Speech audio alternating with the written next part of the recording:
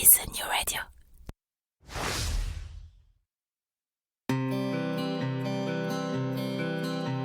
Cela fait partie des choses qu'on n'explique pas. Bien que n'y ayant le plus souvent jamais mis le moindre pied, le Québec nous attire.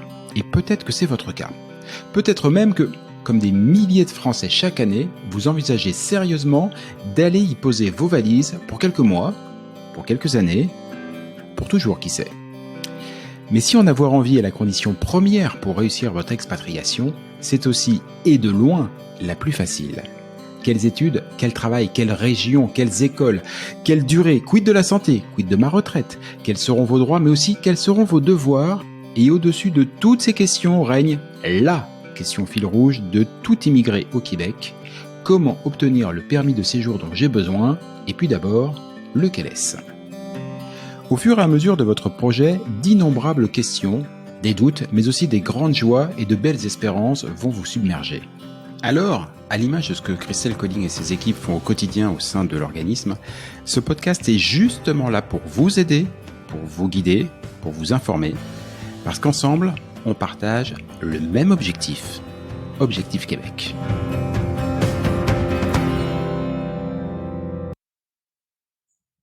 Salut Christelle. Salut Jean-Michel.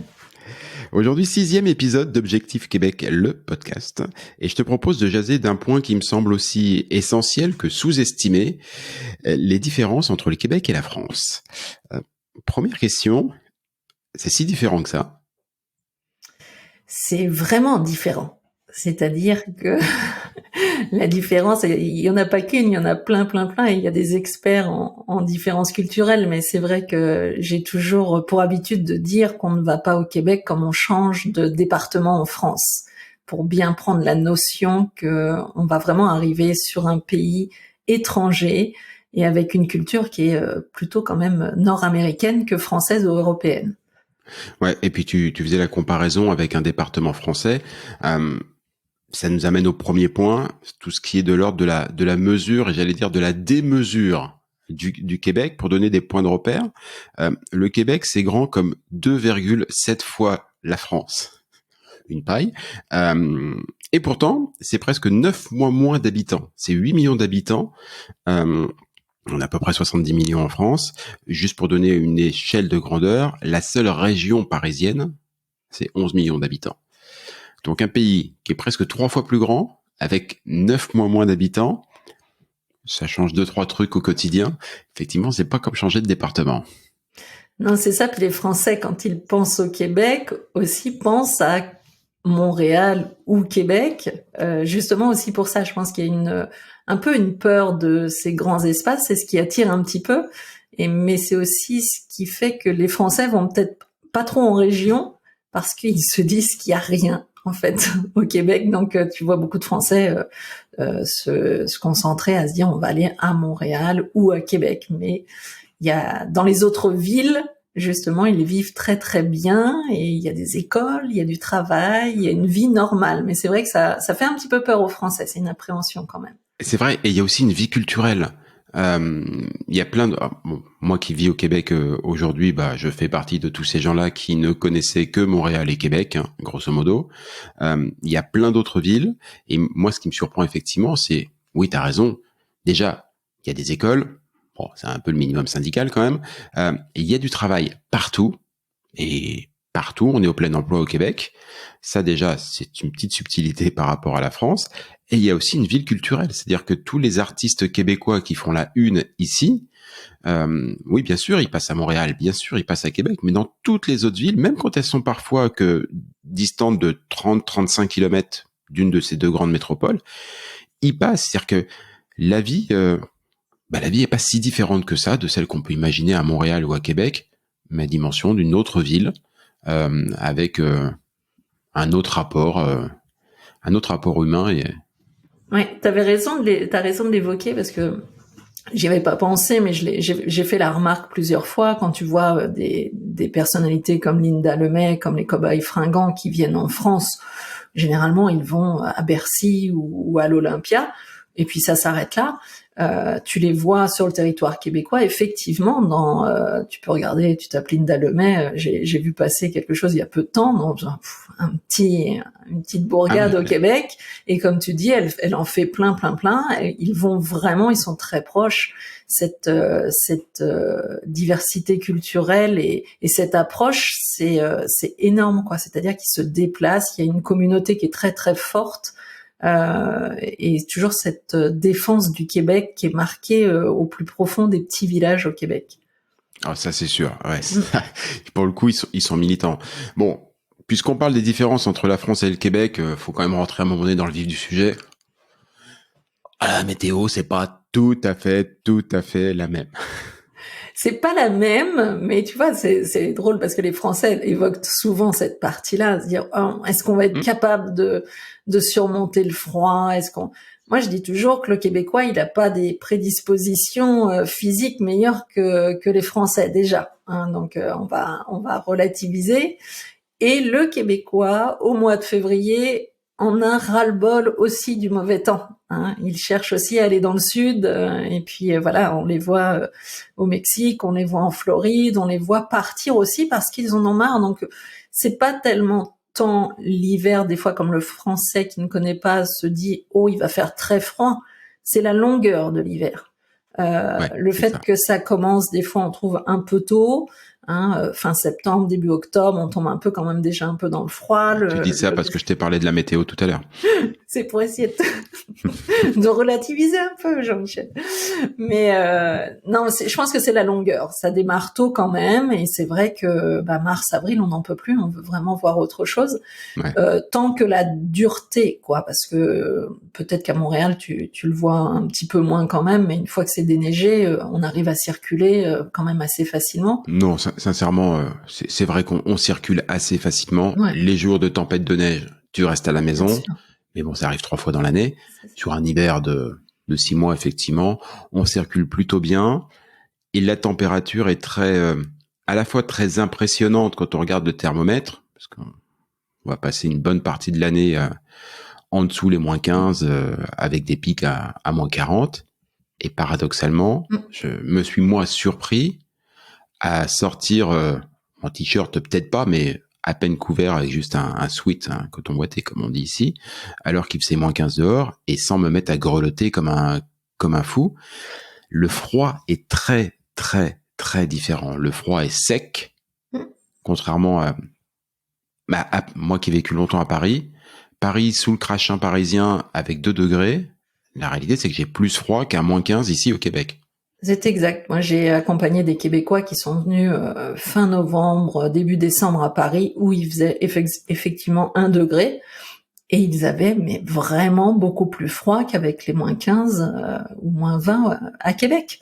Donc, c'est pour ça qu'il faut relativiser un petit peu sur la dureté, entre guillemets, du froid. C'est plutôt la longueur. C'est-à-dire que plutôt que de se dire, est-ce qu'on va supporter ce froid-là, c'est qu'est-ce qu'on peut mettre en place pour faire passer ces 5-6 mois d'hiver qui vont être longs. Il va falloir s'occuper, il va falloir continuer à sortir, il va falloir trouver d'autres activités. Ça, oui, plutôt que de se concentrer sur le moins 25 ou moins 30 historique, quoi. Moi, je pense. Et puis en profiter aussi de l'hiver. Beaucoup de Québécois le disent, je suis d'accord avec toi, hein, tous arrivés franchement au mois de mars, ils en peuvent plus, quoi, de la neige. Mais ceci dit, l'hiver, si tu le subis, les 6 mois sont vraiment très très longs. Mais au moins au début, quand il revient, tu peux en profiter un peu. C'est vrai que c'est tellement agréable de pouvoir aller skier, faire des raquettes. Enfin, il y a plein de jeux de neige, de froid, d'hiver pour les mômes. C'est formidable. C'est-à-dire qu'il y a des patinoires de hockey à peu près tous les 5 mètres qui sont installés juste pour les mois d'hiver. Et les 2 copains, les 2 copines et tout, ils mettent les patins et puis ils vont s'amuser. Il y a moyen de pas le subir. Mais ouais, c'est sûr que 6 mois de l'année, c'est un poil long, quoi. C'est ça, faut avoir une autre approche. En France, si il fait froid, vraiment froid et de la neige, on va se dire, on reste à la maison parce que ça dure 3-4 jours. Et là, faut vraiment avoir une autre approche. Des fois, il y en a qui tombent dans le panneau de se dire, bah, on reste à la maison, on va faire cool et tout. Sauf que ça dure 6 mois. Et ces gens-là tombent en dépression parce qu'ils ne sont pas sortis. Les Québécois le disent, il faut vivre l'hiver. Et vivre l'hiver, c'est ce que tu as dit, c'est-à-dire, bah oui, il faut aller chausser les skis, chausser les raquettes, la luge, faut sortir tout simplement, aller prendre une marche.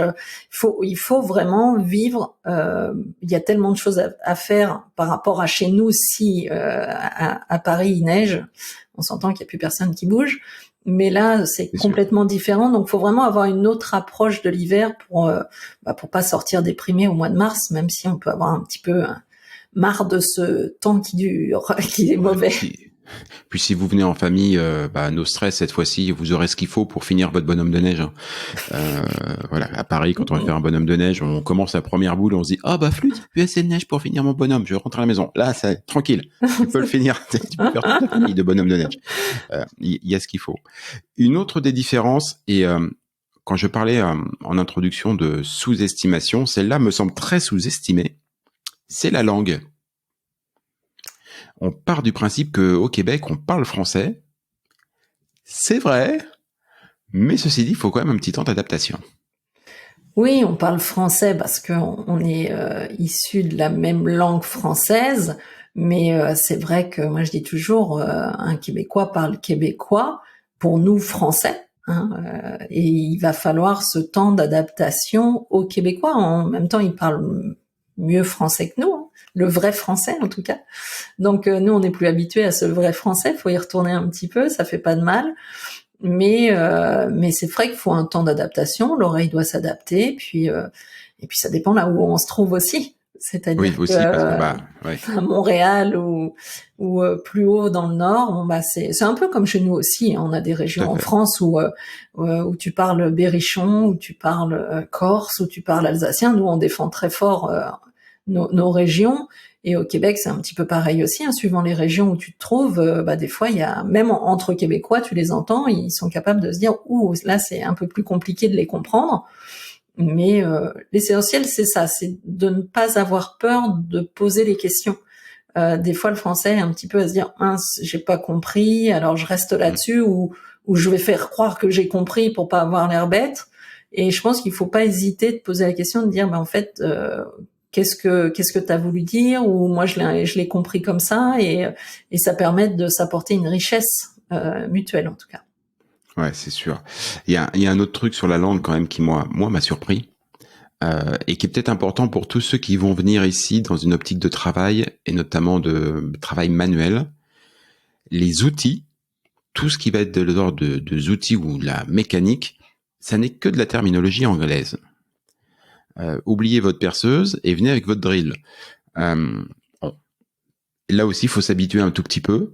Ça va vite, ça va super vite, mais voilà, faut pas venir ici en se disant je parle français, je suis habitué à mon français, ça va tout être pareil. Il y a des petites différences et puis il faut avoir l'oreille un petit peu souple pour s'y adapter parce que ici c'est nous qui avons un accent.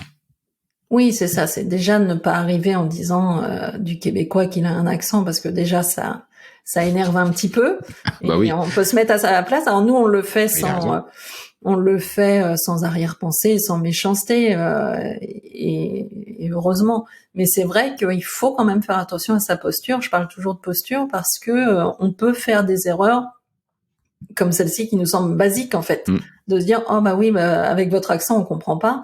Mais là déjà on se fait pas bien voir de le dire. Donc ça aussi c'est du travail en amont de se dire il y a certaines choses qu'il faut pas que je dise et que je prends conscience que je suis dans un pays étranger, donc c'est moi qui ai un accent, pour pas qu'il y ait des réflexes comme ça qui viennent à dire vous avez un accent. Non, parce qu'il y a certains Québécois qui vont vous le dire, mais pas forcément gentiment. Ah bah oui. Moi on me parle souvent gentiment, mais souvent de mon accent français. J'en joue. Faut admettre qu'on a un accent. Quand je rencontre quelqu'un de Québécois pour le travail ou quelque chose, très vite, je lui dis, vous avez sans doute remarqué, après 2-3 minutes de conversation, j'ai un léger accent. Et à partir du moment où ça vient de soi, d'ailleurs, ça passe, mais alors, ça passe crème, parce qu'ils aiment bien, en fait. Faut juste garder la place de chacun. Au Québec, c'est toi qui viens avec ton accent. Eux, mais ils parlent français. Ouais, Québécois. Voilà. on est des étrangers quand on vient, quoi. C'est cette notion-là que le français a peut-être un peu plus de mal à comprendre ou à intégrer en tout cas, c'est pour ça que j'aime bien dire que c'est pas une extension de la France. On change pas de département. Hein, on va bien dans un autre pays, donc on est des étrangers, donc il va falloir s'adapter et se souvenir tout le temps de ce qu'on demandait aux étrangers qui venaient en France. À juste titre, quand on se disait il faut que ces personnes-là s'adaptent, il faut qu'elles vivent avec les coutumes françaises. Il va falloir s'adapter de la même façon au Québec. Finalement, c'est pas si compliqué que ça de se souvenir de ce qu'on vivait en France. C'est pas si compliqué que ça, mais c'est vrai que ça repositionne 2-3 trucs. Dans l'univers qui tourne autour de la langue, il y a le tutoiement. Le tutoiement au Québec qui est, j'allais dire, quasi généralisé, mais enfin pas complètement quand même. Ouais, c'est bien. Subtil. C'est bien que tu l'évoques parce que j'ai vu justement là aussi les écarts des Français il y a quelques jours et il y a longtemps que je voulais en parler. Il y en a qui font le grand écart parce que on dit oui, alors au Québec on tutoie, c'est génial et tout ça. Donc il y a des Français qui prennent ça comme un argent comptant et tout de suite qui se mettent à tutoyer tout le monde. Alors moi je veux bien profiter de de ce qu'on dit là aujourd'hui pour rétablir un peu les choses. Alors c'est ma règle, mais ça ne vaut qu'à moi. Mais je pense on n'est pas loin d'être pas mal si on l'applique. Moi, je ne tutoie jamais un Québécois de prime abord comme ça, et déjà par respect parce que je suis une étrangère. Je le ferai moins facilement qu'un Québécois à un Québécois.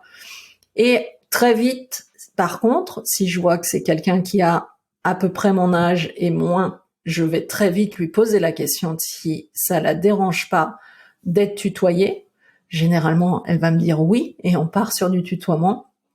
Et à l'inverse, je vais toujours laisser la main à la personne qui serait un petit peu plus vieille que moi de faire la démarche d'elle, de me dire est-ce qu'on passe au tutoiement.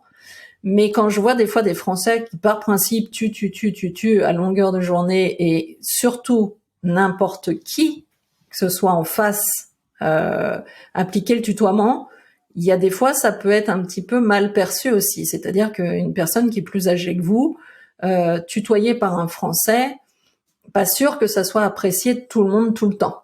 Donc par précaution, moi j'applique cette façon de faire là et je dis surtout à certains Français que j'ai entendus juste parce qu'ils sont jamais venus au Québec et qu'ils ont parlé et ils ont entendu beaucoup qu'il fallait tutoyer tout le monde, attention à la manière dont vous l'employez quand même.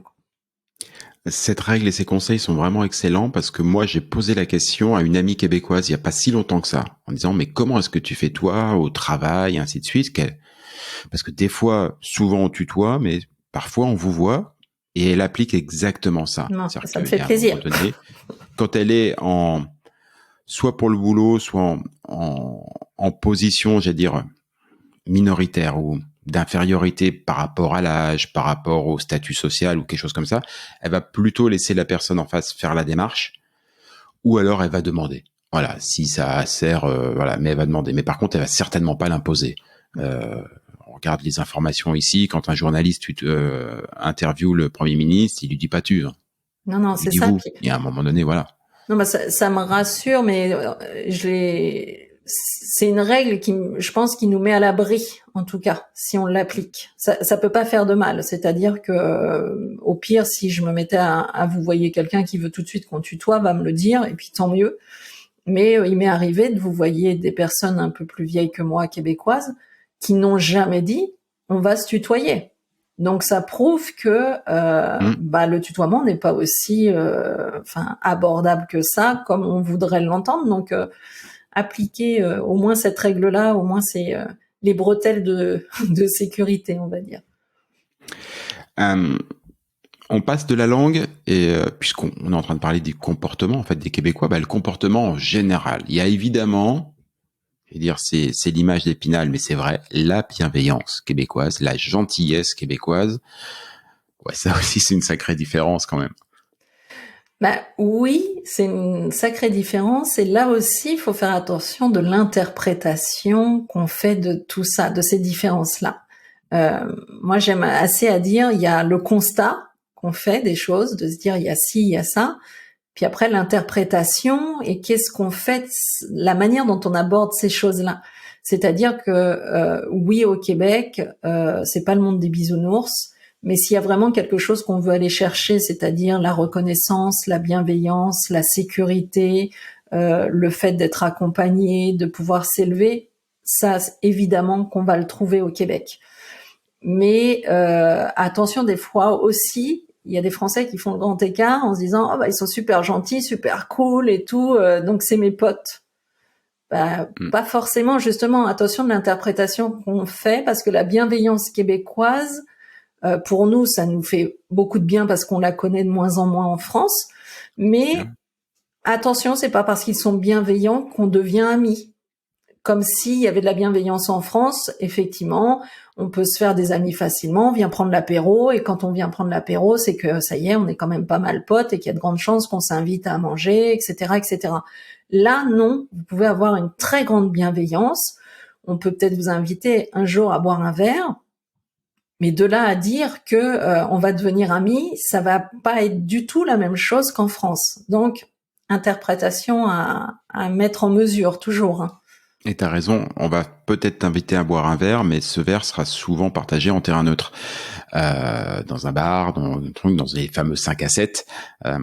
Compliqué de se faire inviter chez un Québécois. Passage de la porte, c'est le passage de la vie privée.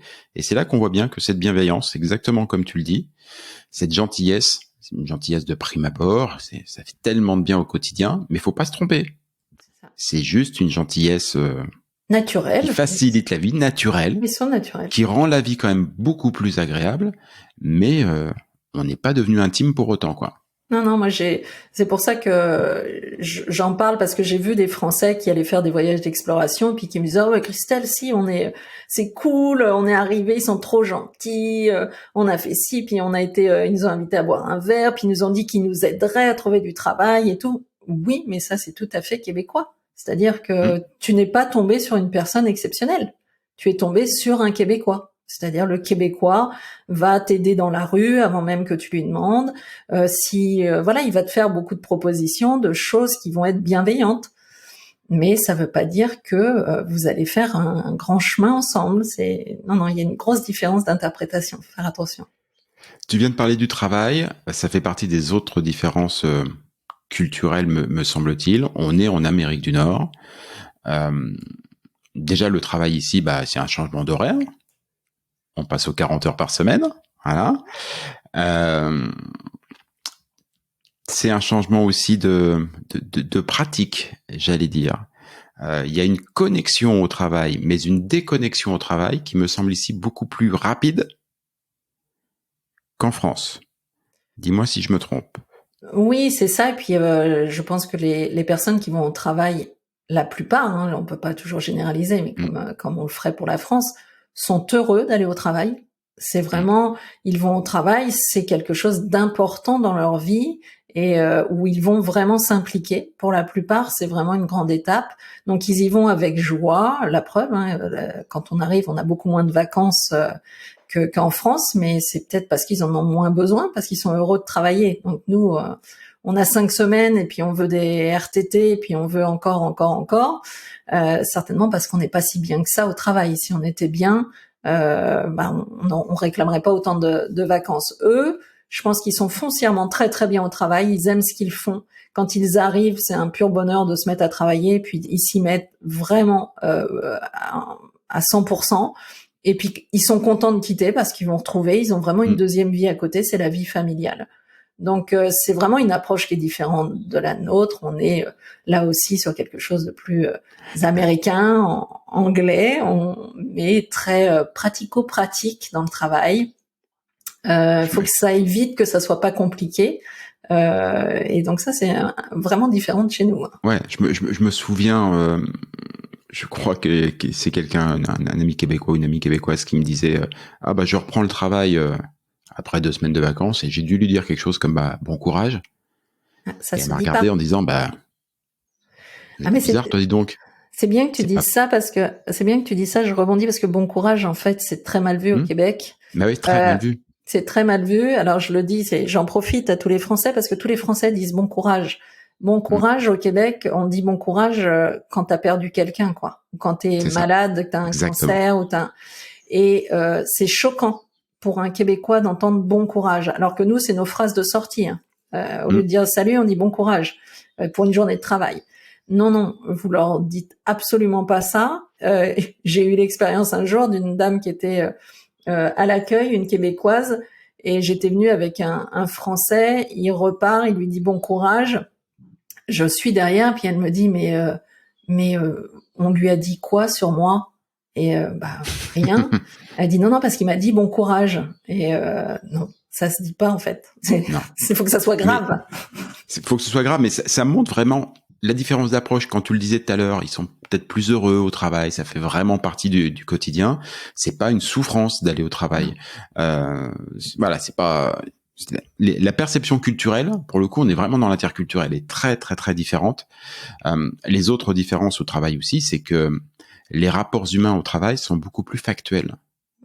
On peut apprécier quelqu'un, le virer. C'est pas forcément pour ça qu'on ne l'apprécie plus et qu'on n'est plus copains ou qu'on n'a plus de relation. C'est juste que factuellement, on n'avait plus besoin de sa valeur ajoutée à ce moment-là, à cet endroit-là. C'est ce que je disais tout à l'heure. Faut penser toujours que le Québécois c'est pratico-pratique. Donc quand vous avez compris ça dans toutes les sphères, vous avez compris beaucoup de choses. C'est exactement ce que tu dis. C'est-à-dire qu'à un moment donné, pour le travail, on a besoin de quelqu'un là lundi parce qu'on est en train d'échanger sur un projet. On trouve ça génial. Ils ont un enthousiasme de dingue. Donc dès mercredi, il faudrait qu'on ait quelqu'un. Donc cherche quelqu'un, on trouve super, on a trouvé quelqu'un. Jeudi, impeccable. Et puis au bout de 3-4 mois, eh bien écoute, le projet monte pas, la mayonnaise est pas prise. Bon écoute, il faut qu'on arrête tout de suite parce qu'on va pas se mettre dans le rouge avec ça, donc on va arrêter. Donc on n'a plus besoin de ce quelqu'un. Donc écoute, t'es gentil, c'est super compétent, mais là on n'a plus besoin de toi, donc au revoir. Et c'est exactement ce que tu dis, il y a rien derrière ça, et les Français ça les choque énormément parce que c'est vraiment on prend, on laisse, on prend, on laisse, on prend, on laisse. Mais c'est vraiment, faut penser toujours, est-ce que c'est fait par malveillance ou est-ce que c'est fait par un côté pratico-pratique? Et c'est réellement fait par un côté pratique, rien d'autre. C'est des businessmen et il n'y a pas de jugement personnel. Mais c'est là vraiment là où la dimension personnelle et la dimension professionnelle sont deux dimensions différentes. À 17h, ils quittent, ils s'occupent de la vie personnelle. Et là, c'est pareil. On peut se séparer du professionnel. Ça veut pas dire qu'on a des reproches à faire sur la personnalité qu'on a en face. C'est comme ça, c'est la vie, c'est le business. D'autres petites différences, mais qui surprennent un petit peu à l'arrivée au quotidien, tout ce qui tourne autour de l'argent. On fait toujours la continuité par rapport au travail. L'argent, le fait qu'ici, on paye en hors taxe, ça surprend un peu. Oui, c'est vrai que nous, on n'a pas l'habitude de le faire, et puis que c'est une gymnastique, puis on s'aperçoit qu'on n'est pas très bon en maths non plus, on disait en anglais, mais... Des trucs intergalactiques, tu veux dire. C'est là où on se dit, mais la vache, ils sont 10 fois meilleurs que nous à faire leur gymnastique. Non, mais c'est vrai que le fait qu'on soit pas habitué, c'est un petit peu déroutant. Mais en même temps, ça fait partie des différences qu'il faut accepter. Et puis la gymnastique, elle se fait quand même assez vite après, quoi. C'est-à-dire oui, elle se fait assez vite. Puis surtout, à mon avis, je pense qu'à un moment donné, tu la fais plus trop, la gymnastique. C'est juste que tu as 15% qui vont être ajoutés à la fin, que ça sera très bien calculé par le monsieur ou la madame qui va s'occuper de la caisse. On a confiance aussi au Québec. On part d'un a priori positif, ça change beaucoup de choses. On apprend aussi à être un petit peu plus léger par rapport à ça, ça fait pas de mal. Les cartes de crédit et les cartes de débit fait partie des autres différences. Cet historique de crédit qu'il va falloir bâtir. Alors quand on arrive de France, l'historique de crédit, c'est une sacrée tannée. Oui, puis c'est voilà, comme les taxes, comme tout, c'est vraiment un autre schéma où il faut s'y coller un petit peu, je pense, et puis se dire attends, avant de partir, faut vraiment qu'on étudie les choses, vraiment qu'on étudie comment on va appréhender les choses, comment on met les choses en place, les petits trucs et astuces, parce que pour le coup, là, c'est pas juste on va essayer de comprendre ce que les gens disent et puis on va s'adapter comme ça. Il y a des choses, faut mieux pas trop attendre en matière de finance pour être au clair tout de suite. Nous, on fera, surtout l'accompagnement qu'on fait, on fait une grosse partie là-dessus avec des professionnels pour justement comprendre ce qu'est une carte de crédit, une carte de débit, l'historique, tout pour ne pas se faire piéger aussi, parce qu'on pourrait se faire vite piéger en arrivant si on fait pas attention non plus ou si on n'a pas compris certaines choses. Hein. Ouais, de toute façon, je pense qu'on aura l'occasion de faire un épisode ou deux, voire 3, juste sur cette question des finances. On arrive un petit peu à la fin. Est-ce que tu vois d'autres différences majeures que tu aimerais pointer du doigt pour tous ceux qui projettent de venir vivre au Québec, pour qu'ils se préparent un petit peu psychologiquement à ce qui leur attend? Non, c'est ça, on en revient toujours, tu sais, dans tout ce qu'on fait, c'est ça, c'est la préparation que tu vas faire en amont qui va te permettre d'appréhender toutes ces choses-là plus qu'autre chose. Hein. Il y a la pratique sur le terrain, t'en sais quelque chose. Hein. C'est plus tu pratiques, plus tu vas dans le monde du travail, mais c'est toujours comment on aborde ça, quoi. Est-ce qu'on arrive en terrain conquis ou pas pour bien s'adapter à ce qui nous attend. Ouais, bien comprendre que c'est un pays différent, que ce n'est pas effectivement un simple changement de département. C'est probablement la première erreur à ne pas faire pour réussir son expat. Et dans le prochain épisode, on va essayer ensemble de lister toutes les autres erreurs qu'il ne faut pas faire. Je te vois déjà sourire, je sens que tu vas adorer cet épisode. Christelle, à bientôt. Oui, à bientôt Jean-Michel, merci. Ciao, ciao.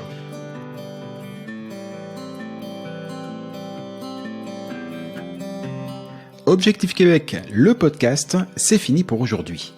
Si vous y avez appris des choses, si vous avez toujours envie d'immigrer au Québec, et si vous êtes vraiment motivé, je ne saurais trop vous conseiller de prendre contact avec Objectif Québec.